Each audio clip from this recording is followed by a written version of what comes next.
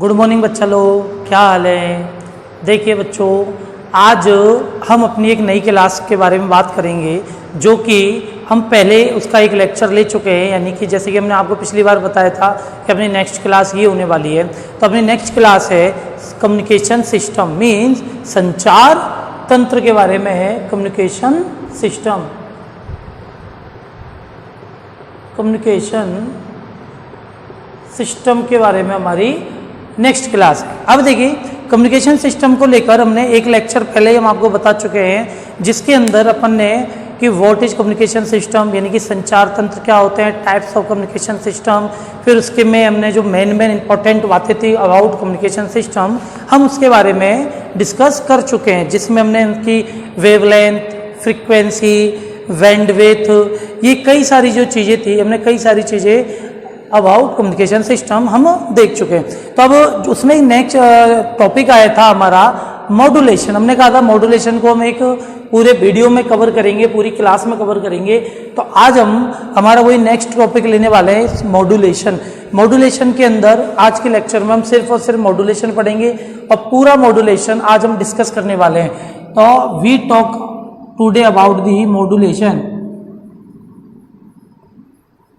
Modulation means मॉड्यूलन।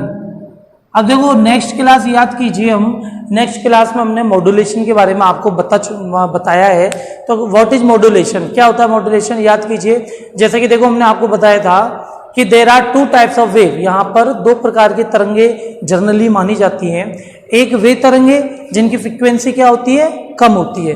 Frequency क्या होती है, कम। फ्रीक्वेंसी मीन्स आवृत्ति। तो दो प्रकार की आवृत्ति की, एक की तो कम आवृत्ति वाली और एक तरंग होती है अधिक फ्रीक्वेंसी वाली, means minimum frequency, minimum frequency, और एक होती है हमारे पास मैक्सिमम फ्रीक्वेंसी। तो दो वेव होती है हमारे पास, एक मिनिमम और एक मैक्सिमम फ्रीक्वेंसी वाली। तो यहाँ हम इसके बारे में बात क्यों कर रहे हैं, हम यहाँ इसके बारे में इसलिए बात कर रहे हैं, तो देखिए कि जिन तरंगों के, जिन वेव की फ्रीक्वेंसी क्या होती है, अधिक होती है, तो वो क्या करती हैं, अधिक डिस्टेंस ट्रेवल कर सकती हैं, यानी अधिक दूरी तक जा सकती हैं। लेकिन जिन तरंगों की आवृत्ति कम होती है, वो तरंगे क्या करती है, वो कम दूरी तक जाती हैं।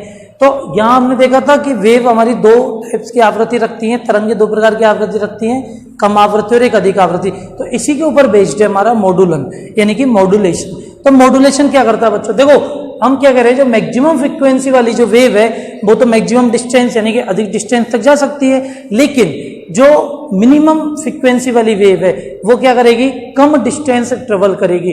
अब मान लो अगर हम ये कहें कि मुझे, कि जैसे एग्जांपल ले लो कि ये वेव है, ये 10 किलोमीटर ट्रेवल करती है, फॉर एग्जांपल एज्यूम कर लेते हैं, और ये वेव है मेरी 2 किलोमीटर ट्रेवल करती है।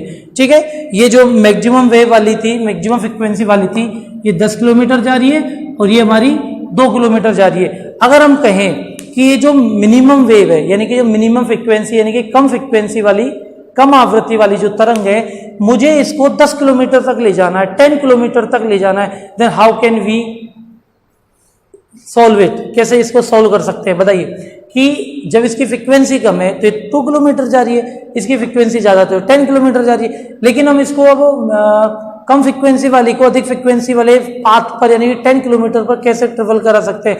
तो यहाँ पर इसी चीज के लिए क्या यूज में आता है बच्चा लोग, मॉड्यूलन मीन्स मॉड्यूलेशन। तो ये किस प्रकार से काम करता है, बस हमको वही बातें देखनी है। जैसे लास्ट क्लास में हम आपको बता चुके हैं, इसके बारे में भी, इसकी डेफिनेशन और ये क्या होता है इस बारे में हम बात कर चुके हैं।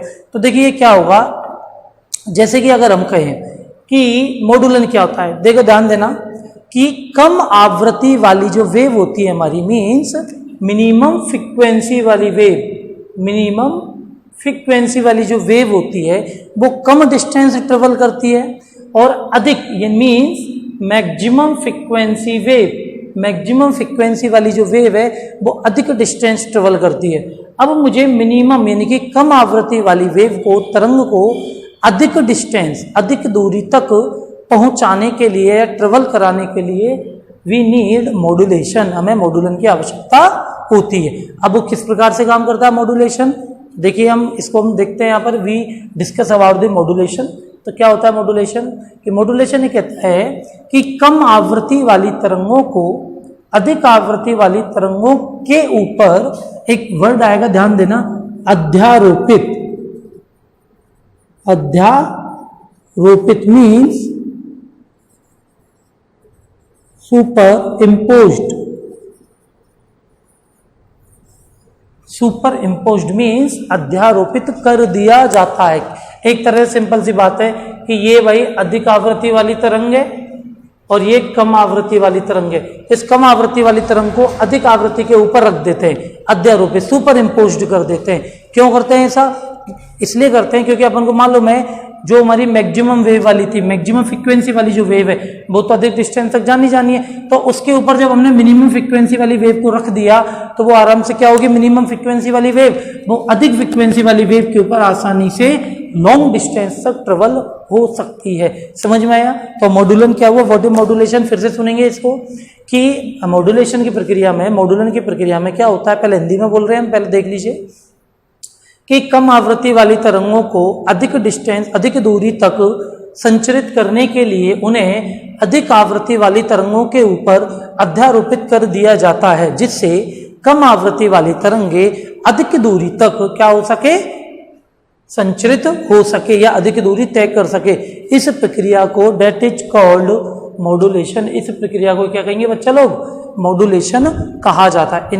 अब देखिए फिर से क्या कह रहे हैं कि low frequency wave cannot travel the maximum distance या long distance cause of their frequency, कि कम आवृत्ति की तरंगे अधिक दूरी तक नहीं जा सकती उनकी आवृत्ति के कारण। सो कॉज ऑफ इट, इसलिए we superimpose the minimum frequency wave on maximum frequency wave, that's why minimum frequency wave travel the maximum distance या long distance. This process is called modulation. ये process क्या कहलाती है?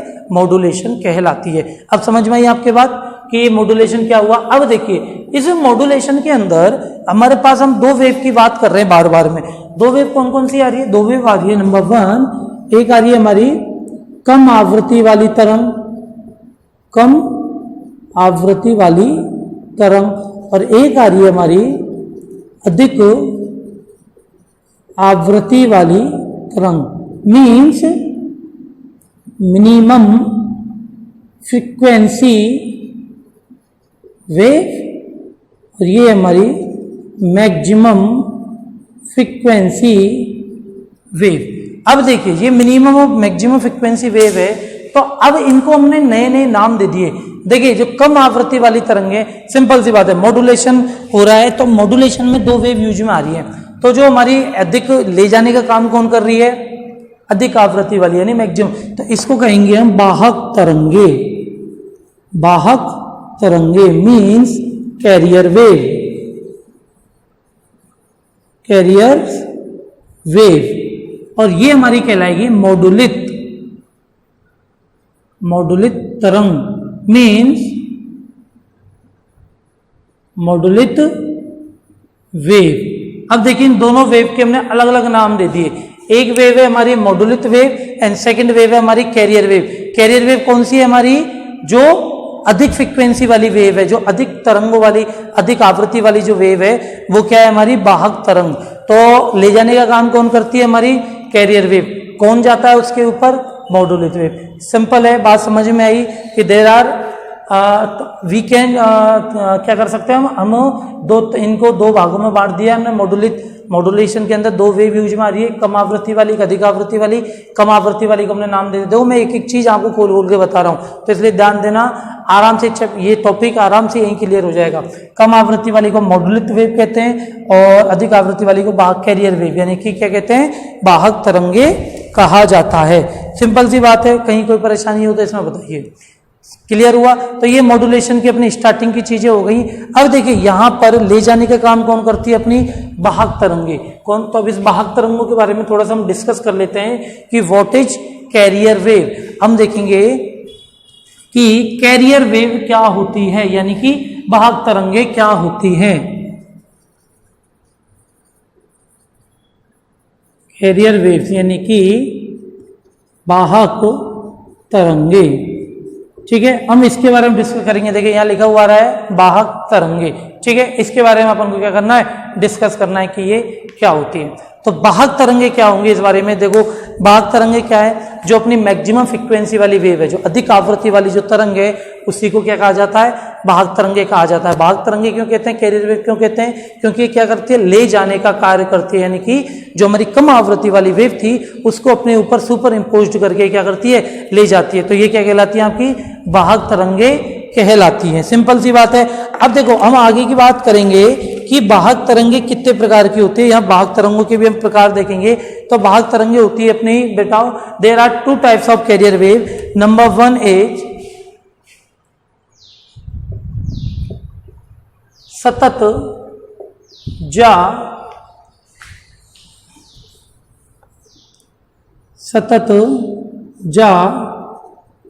वक्रीय तरंगे, और second one is हमारी स्पंदी तरंगे। स्पंदी तरंगे देखो, इसको समझने के लिए आप एक चीज याद कीजिए, इसको समझने के लिए आप याद कीजिए, हमने सिग्नल्स के बारे में पढ़ा था। There are two types of signals, analogue signal and digital signal. तो यहाँ याद कीजिए कैरियर वेव कितनी हो रही है हमारी, एक तो सतत जा वक्रीय तरंगे और दूसरी हमारी आ रही है कौन सी, स्पंदी तरंगे। तो ये क्या होती है अपन इसके बारे में जानेंगे। तो जो मैंने आपसे कहा कि एनालॉग और डिजिटल दो चीज़ों के बारे में आपको बात करनी है। तो एनालॉग क्या था और डिजिटल है, तो सेम टू सेम उनसे रिलेटेड बातें हैं। तो सतत जा वक्रीय तरंगे ये क्या कहती हैं आपसे, सतत जा वक्रीय तरंगे ये होती हैं कि दैट टाइप ऑफ वेव, वे तरंगे जो कि समय के साथ क्या होती है बच्चा लोग, परिवर्तित। दैट टाइप ऑफ तरंगे which are constantly change respect to time, जो समय के सापेक्ष या समय के साथ कंटिन्यू रूप से क्या होती है, चेंज होती रहती है, उन्हें क्या कहेंगे हम, सतत जा वक्रीय तरंगे। अब देखो अगर अपन इसका ग्राफ बनाना चाहें छोटा सा, तो इसका ग्राफ याद कीजिए हमने वहां भी बनाया था एनालॉग के अंदर। तो ये देखिए ये क्या हो रही है भाई, समय के साथ परिवर्तित हो रही है। तो ये कौन सी कहलाएंगी आपकी, सतत जा वक्रीय तरंगे। सिंपल सी बात है।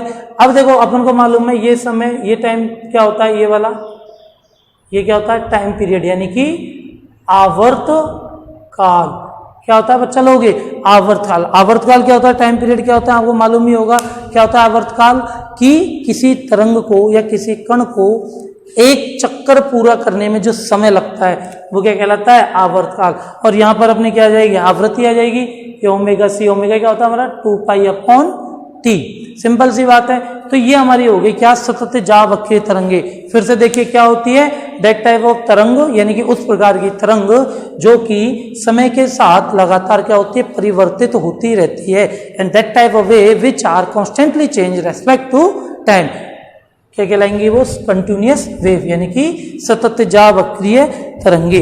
अब अपन सेकंड बात करें स्पंदी तरंगे, यानी कि वो डिजिटल वाली बात। तो ये स्पंदी तरंगे क्या होंगी, ये तरंगे क्या होंगी बच्चा लोग, समय के साथ परिवर्तित नहीं होंगी।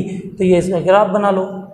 देखो वही एनालॉग और डिजिटल वाली बात आ रही है कि नहीं आ रही, ये इसका क्या बन गया, ग्राफ बन गया। किसका, स्पंदी तरंगों का। यानी कि स्पंदी तरंगे क्या होती हैं, वे तरंगे जिनका मान समय के साथ नियत रहता है, यानी कि ये समय के साथ क्या नहीं होती है बच्चा लोग, परिवर्तित नहीं होती हैं, उन्हें क्या कहते हैं, स्पंदी तरंगे कहा जाता है। सिंपल सी बात है। तो देखो ये क्या है, इन तरंगों में क्या होता है, कौन सी तरंगों में, स्पंदी तरंगों में क्या होता है, स्पंदी स्थिति तथा स्पंदी चौड़ाई आदि के सारे गुण पाए जाते हैं। सिंपल है कि नहीं है। देखो अपन स्टेप बाय स्टेप चल रहे हैं। अपन मॉड्यूलेशन में आने से पहले जो मॉड्यूलेशन के आसपास की जितनी भी कहानी है उन सारी चीज़ों के बारे में अपन क्या कर रहे हैं, डिस्कस कर रहे हैं। तो यहाँ वाहक तरंगों टाइप हो गए, टाइप्स ऑफ कैरियर वेव। पहला क्या था, सतत जा वक्रीय तरंगे, सेकंड स्पंदी तरंगे। सतत जा वक्रीय तरंगे क्या होती हैं, और ये हमारी कैरियर ये स्पंदी तरंगे क्या होती है, इनको अपन ने आसानी से देख लिया है। तो देखिए अब इसके बाद अब हम आते हैं सीधा किसके ऊपर, मॉड्यूलेशन। अच्छा इससे पहले अपन क्या करते हैं, इसके इक्वेशन के बारे में और डिस्कस कर लेते हैं कि जो हमारी सतत जा वक्रीय तरंग होती है इनकी इक्वेशन क्या होती है, क्योंकि इक्वेशन आगे काम आने वाली है अपन के, तो हम इसके बारे में डिस्कस करेंगे। देखिए इसके अपन ने बताया अपन को, अपन किसी भी वेव की जब तरंग इक्वेशन यानी कि वेव इक्वेशन लिखते हैं तो वो किस प्रकार से लिखी जाती है, अपन को मालूम है, जैसे कि अपन पढ़ चुके हैं 11th के अंदर कि y बराबर a sin omega t। a is amplitude, y is displacement यानी कि विस्थापन आयाम, और ये हमारी फ्रीक्वेंसी होती है ओमेगा टी। तो इस प्रकार से सतत जावक्रीय तरंगों की अगर अपन इक्वेशन को देखें तो इक्वेशन बनने वाली है हमारे पास E equals to E naught sine omega T plus 5 omega T plus 5। ये हमारी क्या इक्वेशन, देखो वही तरंग जो हमारी वेव फॉर्म होती है, वेव फॉर्म की इक्वेशन है। E इक्वल टू क्या आ गया, E naught sine omega T plus 5। अब देखिए यहाँ पर कौन कौन क्या होता है इस बारे में अपन देख लेते हैं कि E जैसे कि हमने कहा था ये डिस्प्लेसमेंट है, यानी कि ये क्या होगा, इसका ताक्षणिक मान यानी कि स्पॉन्टेनियस वैल्यू ऑफ वेव, यानी कि तरंग का ताक्षणिक मान। कौन, E क्या होता है, तरंग का ताक्षणिक मान। और जो हम ई नोड जो यहाँ हमने एम्पलीट्यूड का, वही एम्पलीट्यूड यहाँ थोड़ा चेंज हो जाएगा, शिखर मान किसमें चेंज हो जाएगा, वही एम्पलीट्यूड एक तरह से शिखर मान। और जो ओमेगा होती है हमारी क्या होती है, एंगुलर फ्रीक्वेंसी मीन्स कोणीय आवृत्ति। ये देखिए, तो अब ये हमने इक्वेशन आपको क्यों बताई, ये हमने इक्वेशन आपको इसलिए बताई जब हम इन मॉड्यूलेशन के अंदर चलेंगे तो मॉड्यूलेशन के अंदर अपन को इस प्रकार की इक्वेशनें देखनी है कि ये वाहक तरंग की इक्वेशन होगी। फिर हमने दो देखी थी ना, मॉड्यूलेशन में दो प्रकार की वेव यूज में आती है, एक तो वाहक तरंग थी और दूसरा हमारा कौन सी थी बताइए, मॉड्यूलित वेव। तो इस प्रकार से इन दोनों तरंगों के बारे में आगे चल के बात करने वाले हैं, तो इसी तरंग फॉर्म के रूप में बात होगी। क्लियर है? तो अब अपन देखेंगे टाइप्स ऑफ मॉड्यूलेशन किस प्रकार से होता है। तो देखेंगे अब अपन कि टाइप्स ऑफ मॉड्यूलेशन क्या होते हैं। तो देखिए, टाइप्स ऑफ मॉड्यूलेशन यानी कि मॉड्यूलन के प्रकार कितने होते हैं। तो देखिए यहां पर there are 3 types of modulation, हम उनके बारे में बात करेंगे। Number 1 amplitude modulation, number 2 frequency modulation,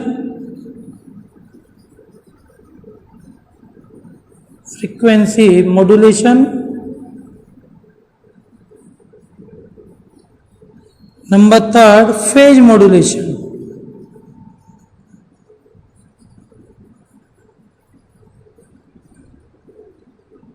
phase modulation, अब इनको अपन क्या क्या कहते हैं, एम्पलीट्यूड मॉड्यूलेशन को कहा जाता है आयाम मॉड्यूलन, इसको हम कहते हैं आवृत्ति मॉड्यूलन, और इसे कहते हैं हम कला मॉड्यूलन। ठीक है बच्चा लोग, this is the types of modulation यानी कि मॉड्यूलेशन के प्रकार। तो देखिए there are 3 types of modulation, amplitude modulation, frequency modulation and phase modulation. अब अपन इनके बारे में बात करेंगे। अब इनके बारे में बात करने से पहले अपने पास 2 वेव फॉर्म थी, एक तो अपन ने 2 तरंगों की बात की थी, कौन कौन सी, एक तो कैरियर वेव और एक मॉड्यूलित वेव। अब इन दोनों तरंगों की अपन को क्या देखनी है, वेव फॉर्म देखनी है। तो उनकी वेव फॉर्म का मतलब है कि वो किस प्रकार से कार्य करती है, तो अपन को उनको देखना है कि उनका जो तरंग फॉर्म अगर हम बताएंगे तो किस प्रकार बनाएंगे। तो देखिए अपन ने सबसे पहले बात की थी कैरियर वेव की, हम बात कर लेते हैं। तो देखो अगर हम क्या करें, कैरियर वेव की वेव फॉर्म अगर हमको बनानी है, कैरियर वेव की वेव फॉर्म हमको बनानी, तो देखो कैरियर वेव की वेव फॉर्म के लिए अपन ने क्या कहा, कैरियर वेव क्या करती है, यानी कि वो ले जाने का कार्य करती है, अधिक आवृत्ति वाली तरंग होती है। तो देखिए इस प्रकार से वो कंटिन्यूसली रूप से अपने पथ पर क्या होगी, चलती रहती है। ये देखिए कंटिन्यूसली रूप से चल रही है, कारण क्या है कि क्या कर रही है, वो कम आवृत्ति वाली तरंगों को ले जाने का कार्य कर रही है। ये क्या बच्चा लोग, अपनी कैरियर वेव मीन्स वाहक तरंगे, या फिर अपन इनको वाहक सिग्नल भी कह सकते हैं। ठीक है, अब दूसरी थी हमारे पास मॉड्यूलित वेव यानी कि मॉड्यूलित तरंगे। अब मॉड्यूलित वेव यानी मॉड्यूलित तरंगे वो क्या कर रही है, मॉड्यूलित तरंगे क्या करती हैं कि कि वो क्या करती है, एक अधिक आवृत्ति वाली तरंगों के ऊपर अध्यारोपित होती है। तो देखो यानी कि उनको जो ले जाएगा तो ले जाने उसके ऊपर अध्यारोपित होंगी, वो किसके ऊपर, अधिक आवृत्ति वाली, तो उनकी जो वेव फॉर्म बनेगी ये उनकी इस प्रकार से क्या बन जाएगी, वेव फॉर्म बनकर क्रिएट हो जाएगी। सिंपल सी बात है। तो ये दो हमारी थी किसकी, वाहक तरंग और मॉड्यूलित तरंग, यानी कि मॉड्यूलक संकेत कह सकते हैं या वाहक संकेत कह सकते हैं। ये तो थी किसके बारे में, वाहक तरंग, और ये हमारी किस में थी, मॉड्यूलित संकेत या मॉड्यूलित वेव, इनके बारे में थी। अब इसी प्रकार से हम इनकी बात करेंगे तीनों की, कि एम्पलीट्यूड मॉड्यूलेशन क्या होता है, फ्रीक्वेंसी मॉड्यूलेशन क्या होता है, फेज मॉड्यूलेशन क्या होता है, आयाम, आवृत्ति और कला मॉड्यूलन क्या होता है। तो इनको समझने के लिए अपन अब एक एक के बारे में डिस्कस करेंगे कि what is amplitude modulation, what is frequency modulation और व्हाट इज फेज मॉड्यूलेशन। तो देखो सबसे पहले हम बात करते हैं एम्पलीट्यूड मॉड्यूलेशन के बारे में। अब यहाँ एम्पलीट्यूड मॉड्यूलेशन, अब मैं आपको एक तरीका बताता हूँ। इन तीनों को याद रखने के लिए आपको क्या करना है, इन तीनों को याद रखने के लिए कुछ नहीं करना, बस 2-3 शब्द हैं उनको पकड़ के रखना और आराम से आपकी तीनों तरह की, तीनों प्रकार के जो मॉड्यूलेशन है, तीनों प्रकार के मॉड्यूलेशन क्या हो जाएंगे, आपके क्लियर हो जाएंगे आसानी से। इसमें बिल्कुल भी अपन को दिमाग नहीं लगाना है, ये आसानी से आपके क्या हो जाएंगे, क्लियर हो जाएंगे। कैसे होंगे देख लो। सबसे पहले हम बात करें किसके बारे में, आयाम मॉड्यूलेशन के बारे में। तो देखो एक चीज याद रखो, जिसके बारे में बात हो रही है आयाम के बारे में, उसको पकड़ के रखो। यानी कि आयाम मॉड्यूलेशन क्या होगा कि वाहक तरंगों की आवृत्ति, यानी किसकी, कैरियर वेव की बात हो रही है, देखो पकड़ के रखो, वाहक तरंगों की किसके बारे में बात हो रही है, एम्पलीट्यूड। मैं याद करने का तरीका भी बता रहा हूं आपको, किसके बारे में बात हो रही है, एम्पलीट्यूड, आयाम। तो अभी के लिए इसको छोड़ो, दूसरे को पकड़ो, किसको, आवृत्ति या कला, किसी को भी ले लो, दोनों में से दोनों ही सही है। कि वाहक तरंगों की आवृत्ति व कला, यानी कि frequency and phase of carrier wave, वाहक तरंगों की आवृत्ति और कला, इनको क्या करना है, इनको रखना है आपको कांस्टेंट, मींस नियत। क्या रखना है इनको, कांस्टेंट। कि वाहक तरंगों की आवृत्ति और कला को नियत रखते हुए क्या करना है, इनके आयाम में चेंज करना है। देखो मैं याद करने के लिए आपको ट्रिक भी बता रहा हूं।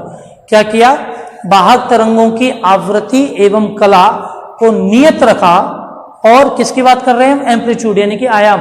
तो आयाम में चेंज करना है, समझ रहे हो बात। तो क्या करना है, आयाम में चेंज करना है। अब आयाम में चेंज करना है किसके अनुरूप, संदेश सिग्नलों, संदेश सिग्नलों, यानी कि कौन, अपनी जो दूसरी वेव थी कौन सी, किसमें, वाहक तरंग, तो दूसरी थी मॉड्यूलित, संदेश सिग्नल, यानी कि वही क्या, मॉड्यूलित तरंगों में, किसमें, मॉड्यूलित तरंगों में।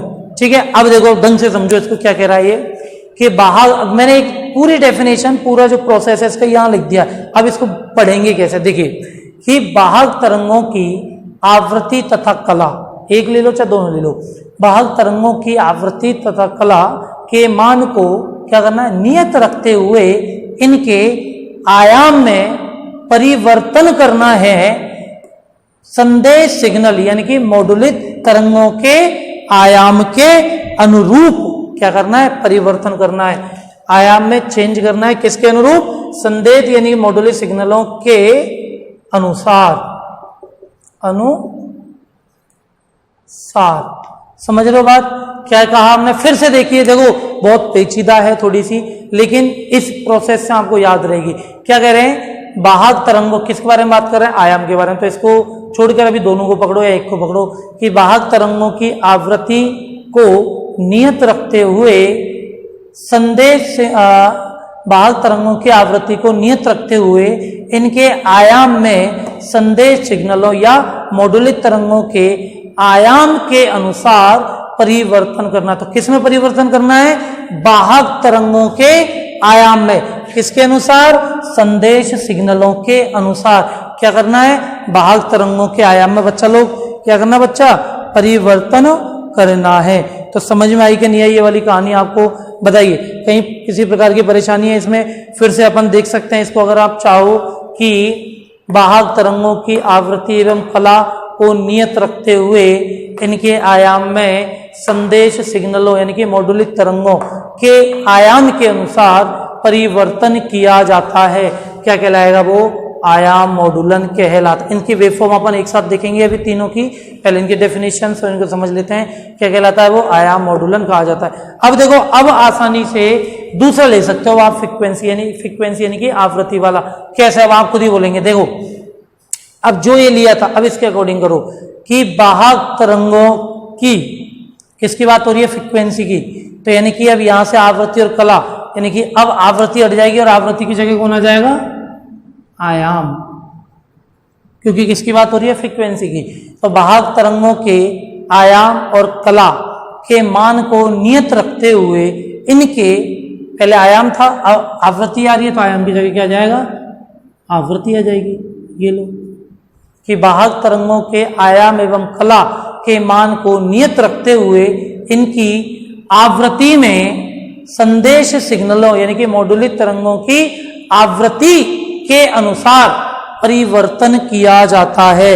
वो क्या कहलाएगी? आपकी कला मॉड्यूलेशन यानी कि आवृत्ति फ्रीक्वेंसी मॉड्यूलन यानी कि आवृत्ति मॉड्यूलन कहा जाता है। समझ में आई कि नहीं ये बात? बताओ। तो एक से दूसरी हुई ना। क्या कहा? दोबारा देखो कि आयाम की, इसकी आवृत्ति की बात कर रहे हैं, तो क्या लिखेंगे कि वाहक तरंगों के आयाम और कला को नियत रखते हुए इनकी आवृत्ति के मान में संदेश सिग्नल यानी कि मॉड्यूलित तरंगों की आवृत्ति के अनुसार परिवर्तन चेंज किया जाता है। क्लियर कि नहीं? अब देखो फेज वाली, अब आप अपने मन में सोचो फेज वाली क्या निकल गई, खुद से सोचो इसको क्या आएगी बताओ। शाबाश। देखो क्या रहेंगे कि वाहक तरंगों के, अब क्या आ जाएगा? अब कला आ रही है तो यहां से कला को हटा दो और कला की जगह क्या आ जाएगा? आयाम और आवृत्ति। कि वाहक तरंगों के आयाम और आवृत्ति को नियत रखते हुए इनकी कला में संदेश सिग्नलों यानी कि मॉड्यूलित तरंगों की कला फेज यानी कि फेज के अनुसार क्या किया जाता है बच्चा लोग? परिवर्तन किया जाता है। और वो क्या कहलाएगी? आपका फेज मॉड्यूलेशन कहलाता है। तो बताइए बच्चा लोग, समझ में आई कि नहीं आई? देर टाइप्स ऑफ मॉड्यूलेशन। सिंपल सी बात है कि नहीं है? बताओ। कहीं कंफ्यूजन? बस आपको इस ट्रिक को पकड़ के रखना है कि किसकी बात हो रही है, उसके अगले जो दो हैं उनको कांस्टेंट रखो और उसमें चेंज करो किसके अकॉर्डिंग? संदेश सिग्नल यानी कि मॉड्यूलित तरंगों के अकॉर्डिंग उनको क्या करना बच्चा लोग? चेंज करना है। ठीक है। अब अपन क्या करेंगे? अब इन तीनों की अपन को क्या देखनी है भाई साहब? वेवफॉर्म देखनी है। ठीक है। देखिए बच्चा लोग, ये अपन जो कह रहे थे कि टाइप्स ऑफ मॉड्यूलेशन में तीन होते हैं अपने पास। कौन कौन से? AM यानी कि एम्पलीट्यूड, FM यानी कि फ्रीक्वेंसी, PM यानी कि फेज। अब इनकी अपन को वेवफॉर्म देखनी थी। तो देखो वेवफॉर्म मैंने ये बनाई हुई है। तो देखिए अपन ने ये किसकी बनी हुई है? ये है हमारे आयाम यानी कि एम्पलीट्यूड मॉड्यूलेशन की। तो देखो एम्पलीट्यूड मॉड्यूलेशन की क्या होती है? एम्पलीट्यूड मॉड्यूलेशन की हमने बात करी तो एम्पलीट्यूड मॉड्यूलेशन क्या होता है कि उसने क्या कहा था कि वाहक तरंगों की आवृत्ति को नियत रखते हुए उनके आयाम में संदेश सिग्नलों के आयाम के अनुसार परिवर्तन किया जाता है। तो देखो आपको तरंग फॉर्म में भी दिख रहा होगा कि जो इनके आयाम है, आयाम कैसे हैं? अलग अलग चेंज हो रहे हैं कि नहीं हो रहे? तो इस प्रकार से किसका है? आपका आयाम मॉड्यूलेशन का क्या है? तरंग फॉर्म। ठीक है। तो ये हमारी क्या है बच्चा लोग? ये हमारी आयाम मॉड्यूलन की क्या है? वेव फॉर्म है। तो देखिए इसमें अपन ने देखा आयाम चेंज हो रहा है कि नहीं हो रहा? देखिए चलता गया, धीरे धीरे मैक्सिमम हुआ, फिर उसके बाद वापस आ गया मिनिमम, फिर से स्टार्ट हो गया। तो इस प्रकार से किसकी आयाम मॉड्यूलेशन यानी कि एम्पलीट्यूड मॉड्यूलन की हमारी क्या है? वेव फॉर्म है। तो इसी प्रकार से अब आपको क्या करना है कि अपनी आवृत्ति और फेज यानी कि कला मॉड्यूलन की वेव फॉर्म आपको देखनी है और उसको अपन देख लेंगे। सिंपल है। तो ये हमारा क्या हुआ? टाइप्स ऑफ मॉड्यूलन यानी कि मॉड्यूलन के प्रकार। ये हमारे क्या हो गई? ये यहाँ पर अपने कंप्लीट होते हैं। अब अपने एक छोटा सा एक टॉपिक आता है कि नीड ऑफ मॉड्यूलेशन, कि मॉड्यूलेशन की आवश्यकता क्या होती है। अब देखो अपन ना इसमें एक चीज है कि अपन ने 3 मॉड्यूलेशन पढ़े, AM, FM और PM। तो AM, FM और PM यानी कि आयाम मॉड्यूलन, फेज मॉड्यूलन और फ्रीक्वेंसी मॉड्यूलन, इनको हम नेक्स्ट हमारी जो क्लास होगी उसमें डिस्कस करेंगे, क्योंकि अभी क्लास बहुत लंबी हो जाती है। फिर कई बच्चे कहते हैं सर काफ़ी लंबी हो जाती है, तो उसको आपको पढ़ने में भी दिक्कत आती है, मुझे भी पता है। फिर अपन की लास्ट में जो अपनी वन शॉट वाली जो वीडियो जाती है, वन शॉट वाली जो अपनी सीरीज है जिसके अंदर अपन पूरे चैप्टर को लेते हैं, तो वो वीडियो जरूर अपनी लंबी बन जाती है, लेकिन वो अपनी वन शॉट होती है। तो इस प्रकार से जैसे हमने 2-3 अभी वीडियो निकाल चुके हैं कि वेक्टर वाली एक निकाली है अपन ने उसमें, और एक अपने फोटोन वाली भी निकाली है। तो इस प्रकार से जब ये चैप्टर हो जाएगा, हर चैप्टर की अपन एक पूरी वन शॉट, जिसको अपने नाम दिया वन शॉट सीरीज, तो ये वन शॉट सीरीज करके अपन हर चैप्टर की एक अलग अलग वीडियो निकालेंगे जिसमें पूरे चैप्टर को रिवाइज किया करेंगे। तो अब नेक्स्ट, तब तक के लिए आप इसको पढ़िए, और नेक्स्ट वीडियो में अपन क्या देखेंगे, टाइप्स ऑफ मॉड्यूलेशन क्या होते हैं और उनको किस प्रकार से अपन पढ़ा जा सकता है। ठीक है बच्चा लोग।